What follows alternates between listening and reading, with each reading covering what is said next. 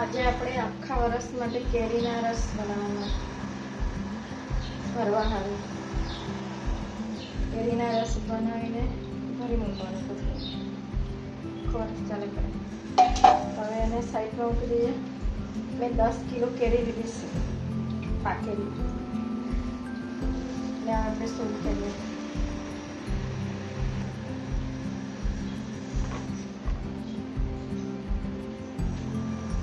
કેરીની સિઝન છે તો આપણે બનાવી દઈએ. રસ પૂરી બનાવવાનું તો કામ આવે. કોઈ મહેમાન આવે તો આપણે રસ પૂરી બનાવી કરીએ.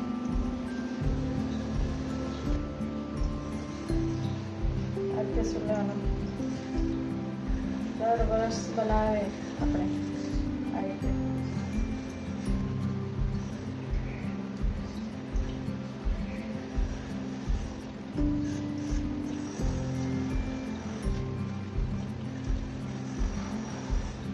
આવી રીતે સોલીને પછી બધી કેરી આવી રીતે મેં સોલી કાઢા. પછી તમને બતાવો આવી રીતે, કે વિડીયો લાંબો થઈ જાય એટલે. આ કેરીને મેં સોલી કાઢ્યું. હવે એને કાપી કાઢીએ, સાઈડમાં મૂકી દઈએ, છીણી પાડી લઈએ. હવે પછી આપણે મિક્સરમાં ક્રશ કરીએ.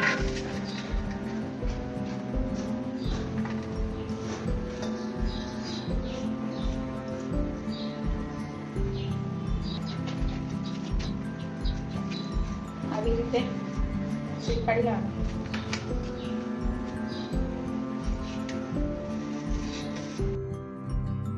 બધી કેરીને મેં ચીરી પાડી લીધી. હવે એક જ કેરી બાકી રહી છે, એને બી પાડી લઈએ. પછી આપણે ક્રશ કરીએ.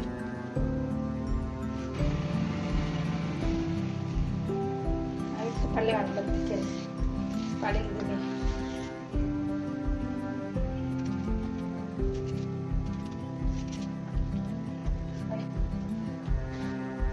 ચીરી પાડી લીધી. હવે આપણે એને ક્રશ કરી લઈએ.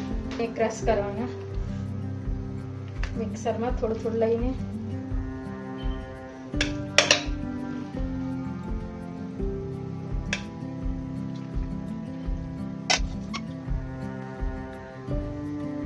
આ 3 ચમચી આમાં ખાંડ નાખી દેવાનું, કે તો જ આખા વર્ષ કેરીના રસ ટકે.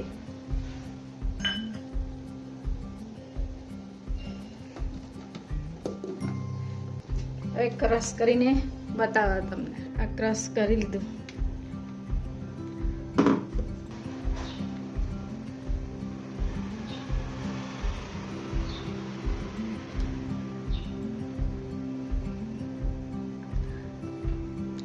હવે બધી ક્રશ કરીને પછી બતાવો. બધી ચીરીને ક્રશ કરી લીધું.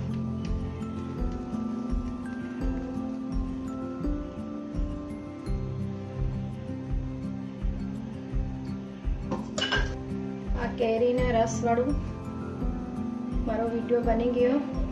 તમને આ વિડીયો મારો ગમેલા હોય તો સબસ્ક્રાઈબ કરજો, લાઈક કરજો, કમેન્ટ કરજો અને શેર કરજો. હવે આપણે એને કોથળીમાં ભરી લઈએ. હવે એને આપણે કોથળીમાં ભરી લઈએ.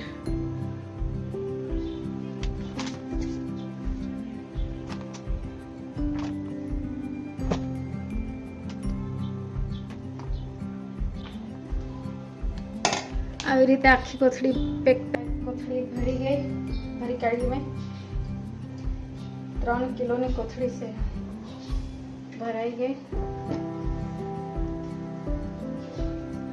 આટલું રસ બચ્યું છે એને મેં હમણાં સારું ખાવા કરી લીધી.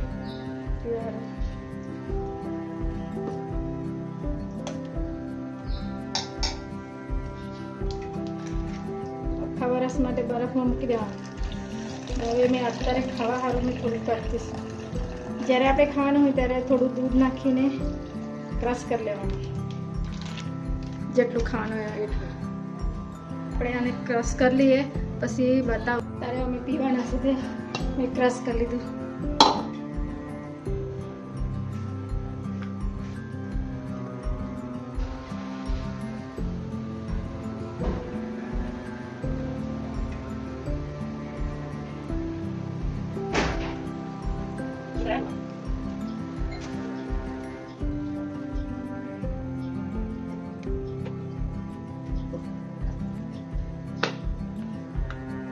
અત્યારે અમે આ પીવાના છે.